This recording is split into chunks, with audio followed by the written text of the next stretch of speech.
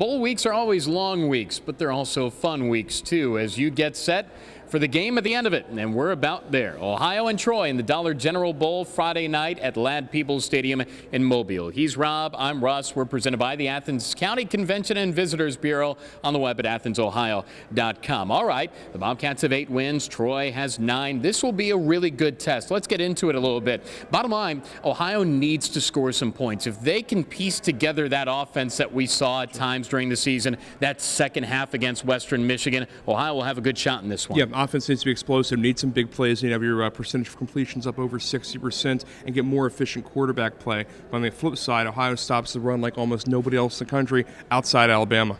Let's stay with the offense a little bit. Greg Windham making his first start since the Toledo game when he was injured. But the way that he responded as a quick change, basically going to the bullpen in the MAC championship game, there was some firepower there. We've talked to him a little bit this week. He's very focused. This is a good Troy defense that he'll see. Number 2 in total defense and points allowed in the Sun Belt.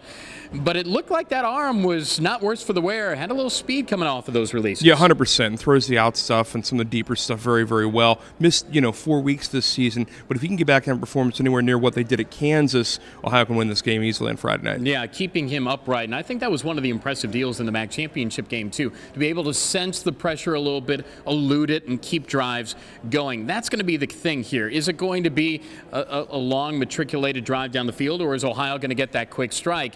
Ohio does have the firepower to get that quick strike. It was great to see Jordan Reed get re-intertwined in the big play in the MAC championship game. In his final contest as a Bobcat, I think he's a big key. Yeah, not just one, but several catches in that game. Very, very important. And Greg Windham, the other point you made, keeping him vertical. Outside the Miami game at midseason, he's done a great job escaping the rush. The question for Ohio always is going to be how many times are you going to get Poppy White involved? Maybe the jet sweep. Maybe they're going to wheel him around. Maybe he can make the big play. Will the running game be able to get going again? Who is going to be the primary ball carrier? There are a lot of question marks that we don't know until we get into the game. Yeah, and you look at it, and Troy is good against the run, but now shifting the defense, Ohio is great against the run. That's the difference here. No question. So this is an offensive line that gives up just 7 sacks. That's it.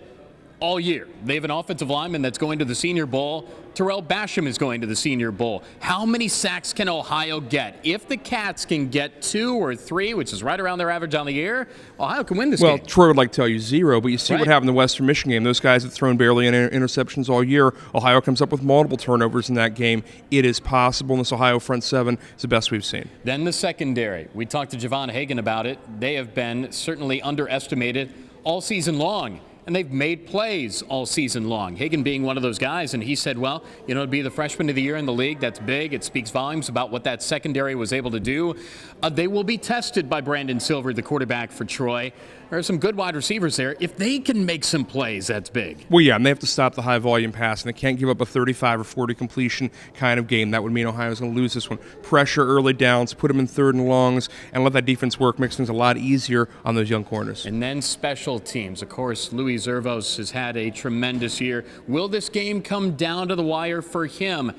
But also special teams is going to be big from field position. Can't let Troy get a little bit too far down the field. Ohio special teams on the defensive side is going to be big. Well, yeah, they need to make some tackles. In big picture, Ohio has not buried teams deep on kickoffs. On the flip side, Troy has, within the top 10, top 5 in the country, average starting field position. Part of that's returns, and part of that's the opposing team's lack of kicks. It is the 10th bowl game in Ohio's school history. Ohio trying to win the 3rd bowl game in program history. First one since 2012. It has been a fun week. It has been a long week. It's been a burn the candle at both ends week, and finally it's time for the game. Sure. Should be a lot of fun. Yeah, it's going to be a good one Friday. This is what we've all been looking forward to. Friday evening. It's exclusive ESPN territory. Yeah. Exclusive on the Ohio IMG Sports Network as well.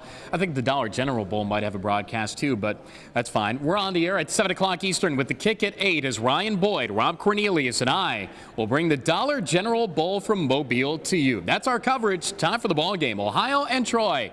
Thanks to Jason and Derek and the entire Bobcat TV crew. They've done a great job all week. You have as well, Rob. Really? Are you sure? I feel okay about it. Adequate, you've with a K. Done an adequate job. Our previews are presented by the Athens County Convention and Visitors Bureau on the web at AthensOhio.com. Talk to you on game night. This is Bobcat TV.